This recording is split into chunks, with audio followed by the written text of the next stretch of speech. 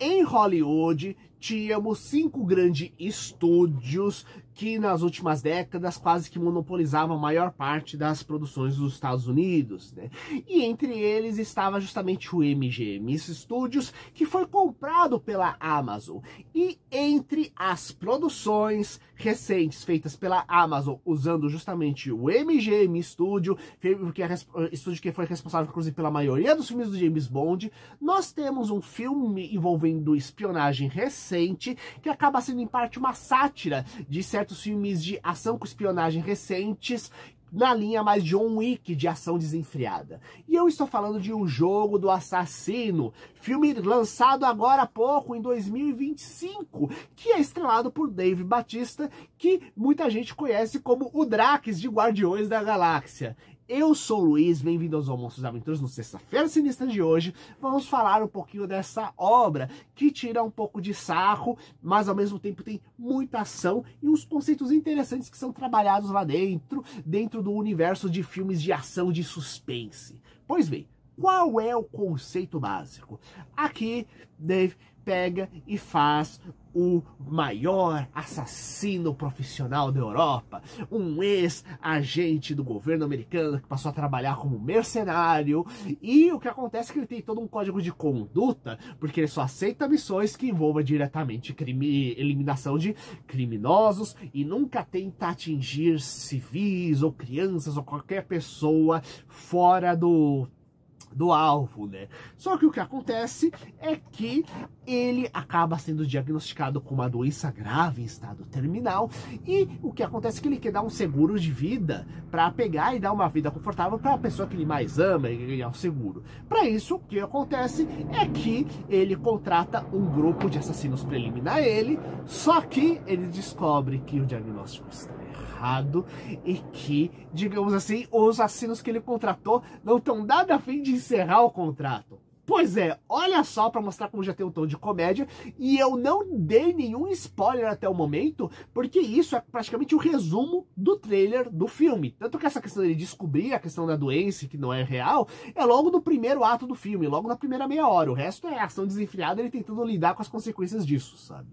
A primeira coisa interessante é o seguinte, que o Dave Bautista realmente ele tá tentando pegar e construir uma carreira legal como ator de filmes de ação atualmente, né? Tem um filme recente com a Angelina Jolie, onde ele interpreta um guerreiro, inclusive, que tá indo pros cinemas agora, né? E o que ocorre? Aqui, ele ainda tá, assim, na fase inicial de realmente interpretando, né? Como a gente sabe que o Drax, ele não tinha quase sentimentos no Guardiões da Galáxia, aquele alienígena meio atrapalhado em relação às coisas da Terra, né? E aqui, ele consegue fazer um papel interessante de um grandão, porém com certo porte, né? Mas andando meio bolachão e alegre quando necessário. Na minha opinião, tentando puxar um pouco meio que pra escola, pra linha criada pelo Arnold Schwarzenegger, né? Que tentava manter aquela coisa 50% comédia, 50% linha dura, sabe? Então, o que é bem curioso, né? Não que seja aquela atuação, mas é divertido e a parte de ação é espetacular, né? Já que, realmente, a ideia básica é que temos os mais diversos assassinos, uma onda bem John Wick, onde vão ondas e ondas e hordas diferentes assassinos pra pegar e lidar, né? Só que a diferença é que cada grupo de assassinos tem, inclusive, um nome, e eu acho que essa é uma das partes mais interessantes da questão do filme, né? Onde você tem, para cada um dos grupos de agentes, algumas explosões agentes individuais, você tem uma pequena cena de 1, 2 minutinhos de apresentação mostrando como é o modo operantes deles, como é o jeitão deles, tanto de estilo, quanto jeito físico, quanto jeito emocional deles, o nome deles, como eles encontram o cara, e ainda por cima a gente chega e tem toda a questão do combate, que varia para cada um, né? Temos desde um assassino espanhol que dança enquanto combate, lembra até um pouco o Vega do Street Fighter, né? Quanto alguns outros bem curiosos. Um deles é um grupo de assassinos coreanos que vai pegar e atacar justamente o nosso herói. Só que acontece, eles são um quinteto que, de um lado, lembra um pouco as boy bands coreanas, né, do qual foi inspirado, deve ter sido uma parte da inspiração, só que o outro quando nós vemos que é um grupo de 3 homens, duas mulheres com umas armas especiais, etc., gente, parece que tem um certo grau de inspiração muito nos chamados Super Sentais, os seriados que deram origem aos Power Rangers. Até uma arma totalmente exótica e maluca aparece com o grupo utilizando, né? Que parece justamente um power de adagas, mas que juntas funcionam como a junção do símbolo do Yin e Yang, né? Então, é uma das partes mais caricatas, ao mesmo tempo com cada um do quinteto se comportando de forma distinta e ao mesmo tempo em grupo, sabe? Então, a opinião que dá é que eles são muito inspirados em Power Rangers, né? E o que acontece, aquilo que reforça isso, é que o combate que tem logo depois dele pegar e lutar contra esse quinteto coreano é justamente de dois irmãos motoqueiros que de moto lutam contra ele, né? Lembrando que no Japão nós temos uma dobradinha de produções chamada Super Hero Time, que é exibido todo sábado nas manhãs japonesas, onde temos justamente um Super Sentai, um esquadrão colorido, que vários foram usados de base para as criações de Power Rangers, e em seguida, na meia hora seguinte, justamente um seriado de Kamen Rider, né? De guerreiro, motoqueiro, mascarado, que inclusive eu já peguei e já tive vários filmes e vários vídeos falando sobre várias séries de Kamen Riders que eu gosto aqui no canal, né? Então, ao eles fazerem essa dobradinha, me parece muito uma homenagem justamente para esses dois estilos. Inclusive o combate de motos é um pouquinho menor, já que inclusive são só duas pessoas, né?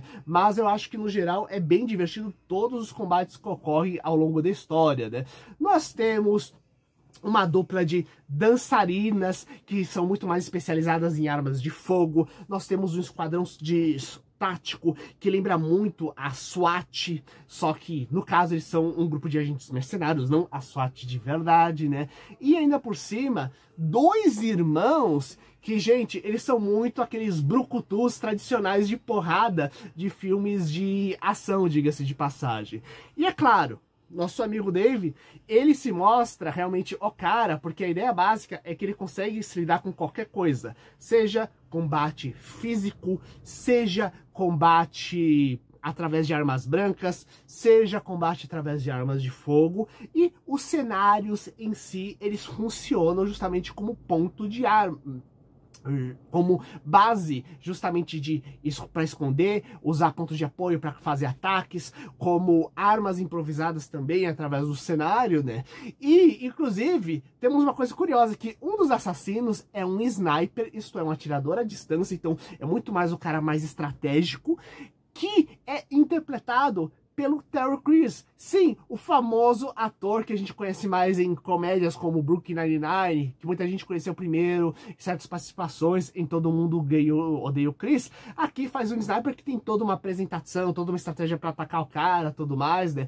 Então é extremamente divertido todo esse processo da construção que a gente tem de cada um dos personagens, né, para pegar e lutar justamente contra o cara. E é claro que alguém pode perguntar, mas Luiz, você sabe que doença é essa que ele tinha? Pois bem, no filme, isso não é spoiler, como eu disse, porque logo depois a gente descobre que a doença é falsa. Mas a ideia básica é que ele está tendo uma série de dores de cabeça e é dito que é a doença de Creutzfeldt-Jakob. E o que acontece? Essa doença é muito mais conhecida como a versão que a gente conhece como doença da vaca louca. Então, deixa eu entender um pouquinho aqui. O que acontece é que ela não é uma lesão específica no cérebro, né? Ela é uma coisa mais difusa. Porque a ideia básica é que ela, assim como a questão da doença da vaca louca e doenças similares, é que existe um tipo de proteína no cérebro chamada prion, que o cérebro usa para determinadas funções. E o que acontece? As proteínas, essas substâncias que o cérebro e todo o nosso corpo produz, elas precisam de forma específica para funcionar. Mais precisamente, elas não funcionam simplesmente como uma bolinha que liga e desliga outras substâncias. Eles são uma estrutura complexa, tridimensional, e o que acontece é que cada ponto dessa proteína interage com coisas diferentes. E o que acontece? Existem versões deformadas, quando uma proteína, mais precisamente, ela se deforma, ela perde a função e automaticamente o corpo tem que descartar e construir uma proteína nova, certo? Certo. Só que o que acontece? existem versões defeituosas do prion, algumas vezes por defeitos genéticos, como seria o caso se ele tivesse, mais precisamente deve ser do outro pessoa com qual ele trocou o exame, que o que ocorre? Aqui no caso, essa versão deformada da proteína, ela não é digerível pelo corpo, então ela começa a acumular. E número 2, essa é uma deformidade que interage com essas versões. Existem algumas dessas versões deformadas que interagem e deformam outros prions numa reação em cadeia. Então você é uma proteína que vai pegar e ao interagir com as suas similares, ela vai começar a detonar essas outras proteínas. Então vai acumular. Então você tem um monte de proteína que não funciona no cérebro. Então, além de ter um monte de lixo acumulado de um outro, número 2, se ela não está funcionando, ela não está fazendo as funções dela, então o cérebro vai perdendo pouco a pouco suas funções cognitivas, sabe? E afetando, e como eu disse, não é uma coisa pontual, são várias questões do cérebro, né? Então, por isso a pessoa vai perdendo pouco a pouco as suas atividades. E a questão da doença da vaca louca é porque vacas podem pegar e ter esse tipo de doença, e como o prion delas é muito semelhante ao prion do cérebro humano, elas deformam o prion do cérebro humano quando eles chegam no nosso corpo. Como eu disse, é uma reação em cadeia. Um deforma outro, que deforma outro, que deforma outro, que deforma outro, sabe? E o que acontece é que parte disso ocorre devido a questões de manuseio, questões sanitárias também, né, de abatedouro de gado, né, que fazem com que aquela contaminação de uma vaca acabe passando para outras, né, contaminando várias carnes. É uma questão bem complexa, né? Tanto que existem normas internacionais sanitárias justamente para pegar e evitar esse tipo de coisa, né? Então, justamente quando você não segue essas normas, tanto que existem bloqueios em países que fazem da carne, né, de outros países, quando você pega e não segue justamente esse tipo de norma, né? E o que ocorre? Mas alguém pode dizer, mas Luiz, o cara tava com doença cerebral, mas não foi isso? Pode ser várias coisas, né? Então, a ideia básica é que o personagem tem dores de cabeça e problemas visuais. E existe até uma resolução de forma meio satírica que ocorre no meio do filme por causa disso. E o que ocorre? Mostra até no trailer o cara falando, por que você não faz um exame de vista? E uma coisa que é verdade é, dores de cabeça tem várias fontes. E uma delas, realmente, são problemas visuais. Porque se o seu olho vai se acomodando e fazendo força para enxergar direito, mesmo sem você perceber, você está esforçando toda essa parte aqui e você vai causando dores de cabeça. Então, parte das dores de cabeça são causadas justamente por problemas de visão que precisam ser ajustados através de um óculos adequado, né? Mas existem várias causas de dores de cabeça, né? E uma das causas mais frequentes e uma mais comuns, né, é a chamada enxaqueca, né? Que é uma doença que, na verdade, tem toda uma variedade de manifestações, né? Qual é a ideia de como funciona a enxaqueca que ataca tanto a cabeça das pessoas? Lembrando que se você está gostando dessa mistura de resenha de filme com análise médica, bota aqui embaixo, né? E o que ocorre? Nós temos uma série de vasos sanguíneos que percorrem o nosso cérebro para pegar e nutrir ele da forma adequada. E o que acontece? Vasos sanguíneos, nós temos as artérias e nós temos as veias.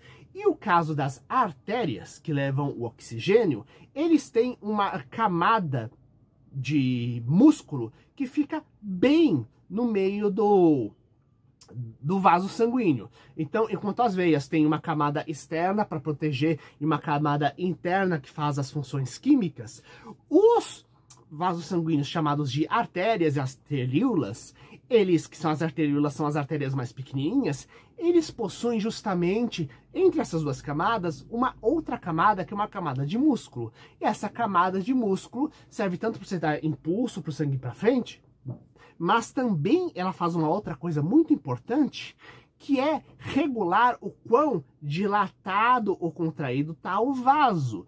E isso tem muitas funções, porque quanto mais dilatado você está o vaso, mais vai ficar fino ele, então mais você tem troca de nutrientes. Quanto mais contraído, menos troca de nutrientes. E o que acontece? Também muda a troca de calor, muda a troca de oxigênio e por aí vai. Então, esse contrair e relaxar da musculatura ajuda e controla esses processos justamente de fluxo de nutrientes, né? Tanto que, por exemplo, quando nossa pele está corada, é quando pega e os vasos estão dilatados. Quando a gente está no frio, por exemplo, né? Nossa pele, nossos vasos sanguíneos da pele, eles se estreitam, a gente fica mais pálido, para o corpo de perder de menos calor entre o vaso sanguíneo do nosso sangue e justamente entre o ambiente, né? Quando, por exemplo, a gente está num surto de adrenalina, para fazendo alguma coisa estressado, o que acontece? Como é uma reação normalmente para o nosso organismo usava originalmente para lutar ou correr, os vasos sanguíneos da pele, eles se contraem, porque com isso a gente tem menos sangramento, né?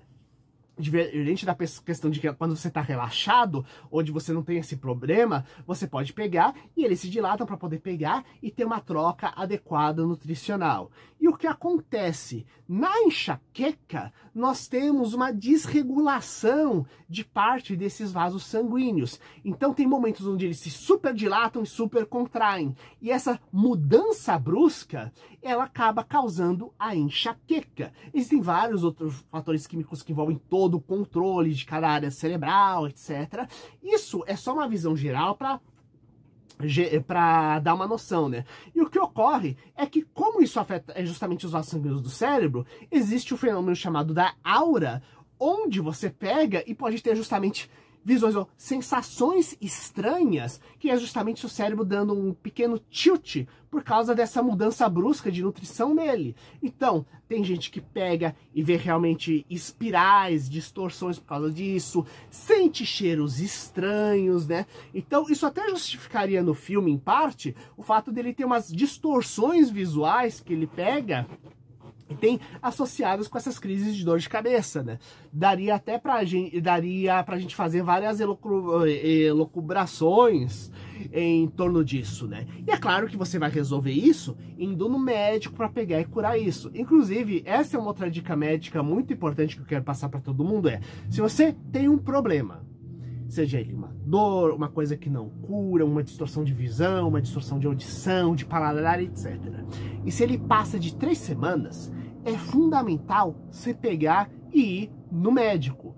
Por quê? Porque 3 semanas é o corpo que demorando para normalmente consertar a maioria das suas estruturas. Tem coisas que demoram 9 dias, tem coisas que demoram 2 semanas, mas 3 semanas o corpo ele expulsa a maioria das bactérias, dos vírus, conserta os erros, ele regenera camadas, por aí vai. Isso, como disse, a maior parte dos órgãos tem coisa que é mais demorada, etc. Mas, no geral, isso. Então, o que acontece? Se demorar mais de 3 semanas, ou pegou uma coisa que não vai consertar direito sozinho, então você precisa ir no médico, ou 2, tem alguma coisa crônica, isto é, uma coisa que não vai sarar sozinho. Seja um bicho bactéria ou vírus que se instalou e não vai sair de jeito nenhum sem uma medicação adequada, seja alguma doença crônica, alguma coisa do seu metabolismo que saiu do controle e precisa ser regulado, alguma coisa mais, aquilo na verdade pode ser essa manifestação mais local de um problema mais geral que você não esteja percebendo ainda, que só começou a aparecer agora. Então, essa regra das 3 semanas é fundamental. E é interessante que a gente pode perceber até no filme como ele pode ser visto como um pouco uma analogia justamente essa coisa da pessoa não querer ir no médico, curar as coisas, etc. Porque o cara é tão obcecado em fazer coisas do trabalho e não demonstrar fraqueza para os outros, que quando ele vai logo no maior especialista da coisa detalhada, ele não faz um check-up, uma análise de cada coisa, etc, sabe? É muito essa coisa de tentar aparecer o machão e acabar se prejudicando por causa disso. Enquanto se ele pegasse, fizesse as coisas, se abrisse direito, que o próprio chefe dele da organização pega e dá a dica para ele fazer o tempo todo, inclusive o chefe dele só chegou naquele nível que ele tá, vivendo tanto, e um mega especialista, porque ele sabe organizar a vida dele, sabe organizar a saúde, sabe organizar inclusive a vida social com a esposa, pro qual ele conta todas as coisas, e o cara precisa aprender isso com esse chefe, sabe? O que é muito bacana. E eu quero saber, vocês já assistiram esse filme? Assistiram filmes semelhantes? Coloca aqui embaixo, compartilhe com seus amigos e até o próximo vídeo. Falou!